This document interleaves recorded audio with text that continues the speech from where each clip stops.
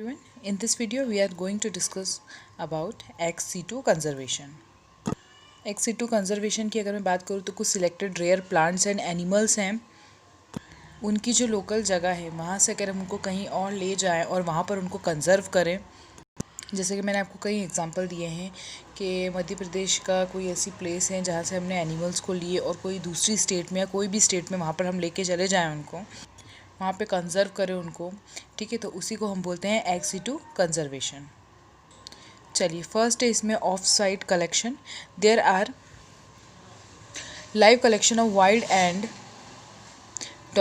Domesticated species in botanical garden, zoological parks, wildlife safari parks, ठीक है। ये इसके एग्जाम्पल दे रखे हैं। अब देखो, ये सारे एग्जांपल्स जो है ना, ये इंपॉर्टेंट है, ये आपको सारे याद होने चाहिए। Botanical garden, zoological park, wild life safari park.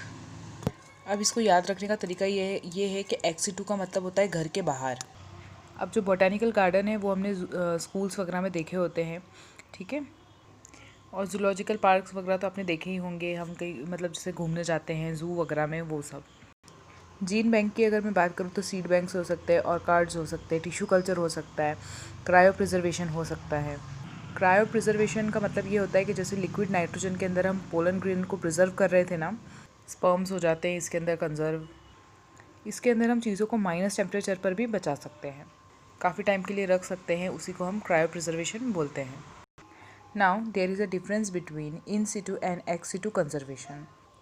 इन सिटू कंजर्वेशन जो है वो एंडेंजर्ड स्पीशीज़ को उनके नेचुरल हैबिटेट में प्रोटेक्ट करना है, और ये नेचुरल हैबिटेट में प्रोटेक्शन प्रोवाइड नहीं करते हैं। एंडेंजर्ड स्पीशीज़ जो है वो प्रीडेटर्स से प्रोटेक्ट की जाती हैं, और यहाँ पर endangered species protected from all adverse factors, means जितने भी एडवर्ड इफ़ेक्ट्स हैं उन सबसे प्रिवेंट होती है।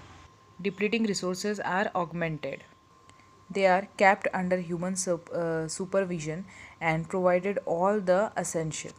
इसके अंदर क्या रहता है, जो ह्यूमन सर्विलेंस रहता है, उसको कुछ भी बीमारी हुई सब कुछ ट्रीटमेंट मिलेगा, लेकिन यहाँ पर कोई ट्रीटमेंट नहीं मिलेगा। कोई एनिमल है वो बीमार हो गया तो वो मर ही जाएगा। हाँ, पर ऐसा हो सकता है अगर वहाँ पर मेडिकल फैसिलिटीज़ हैं तो वो तुरंत अगर अवेलेबल हो जाए तो वो बच सकता है। Populations recover in natural environment, उसका खुद का जो इन्वायरमेंट है उसके अंदर ये रिकवर करता है, लेकिन यहाँ पर उसको मैन मेड आर्टिफिशियल इन्वायरमेंट दिया जाता है। मतलब ऐसा नहीं है कि प्लास्टिक के पेड़ लगा दिया हमने, वहाँ पर उसके लिए एक ऐसा इन्वायरमेंट, एक ऐसा एरिया फिक्स कर रखा है और उसी में वो घूम रहा है, मीन्स हमारा डिसाइडेड एरिया रहता है। International efforts of conservation, earth summit at Rio de Janeiro 1992 Brazil, जो कि कंजर्वेशन ऑफ बायोलॉजिकल डाइवर्सिटी के नाम से हुआ था। ये क्वेश्चन पूछा जाता है जिसके अंदर 152 नेशन ने अपने सिग्नेचर दिए हुए थे। सेकेंड वर्ल्ड समिट हुआ था 2002 में जोहान्सबर्ग, साउथ अफ्रीका में। डायरेक्ट क्वेश्चन आता है ये, इसमें कोई कॉन्सेप्ट नहीं है। वर्ल्ड समिट कब हुआ था, अर्थ समिट कब हुआ था, और 190 कंट्रीज़ ने अटेंड किया था और प्लेज लिया था कि हमको बायोडाइवर्सिटी को बचाना है, पर कितनी बच रही है ये आप खुद देख रहे हो। कैटेगरीज होती है, ठीक है। इंडेंजर्ड कितनी, क्रिटिकली इंडेंजर्ड। प्लांट का नाम है बर्बेरस, एनिमल का नाम है पिग्मी हॉग।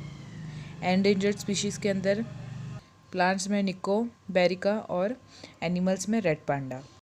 और वर्नरेबल के अंदर क्यूप्रेसस जो कि प्लांट है, और ब्लैक बर्ग, ठीक है, ये एनिमल है।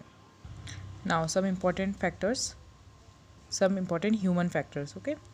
National forest policy revised in 1988, मतलब ये 1988 में ये पॉलिसी आई थी। Biodiversity act of India was passed by the parliament in the year 2002।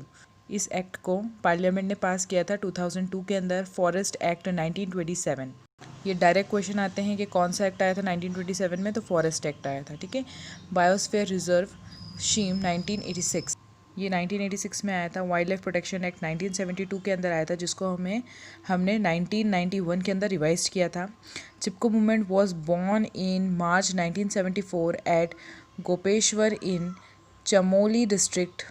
Actually में ऐसा हुआ था कि राजा ने अपने सारे सिपाहियों को भेजा था कि जाओ पेड़ काट के लाओ, तो वहाँ के जो लोग हैं ना, उन्होंने पेड़ को हक कर लिया था और ऐसा बोला था कि तुम्हें अगर पेड़ काटना है तो पहले हमें काटो, क्योंकि वो पेड़ों से चिपक गए थे। ये बहुत ज़्यादा इम्पॉर्टेंट मूवमेंट था, इसलिए इसका नाम भी चिपको मूवमेंट रखा गया है। और ये बाद में फिर चमोली डिस्ट्रिक्ट में हुआ था, गोपेश्वर में 1974 में। Had two leaders Sundarlal Bahuguna of Siliara in Tihri and चांदी प्रसाद भट्ट ऑफ गोपेश्वर। ये सब इन्वॉल्व थे इस मूवमेंट में, और इन लोगों ने इस मूवमेंट को एक नया रूप दिया है या एक नया डायरेक्शन दिया, और उसके बाद ये मूवमेंट बहुत ज़्यादा फेमस हो गया था। तो यहाँ पर इस टॉपिक पर आपका चैप्टर नंबर 15 ख़त्म होता है। आई होप आपको ये समझ में आ गया होगा। ये आपको यही लर्न करना है और आपको यही लिखना है। मैं आपको PDF प्रोवाइड कर दूँगी, आप इसको कहीं पर नोट कर लेना।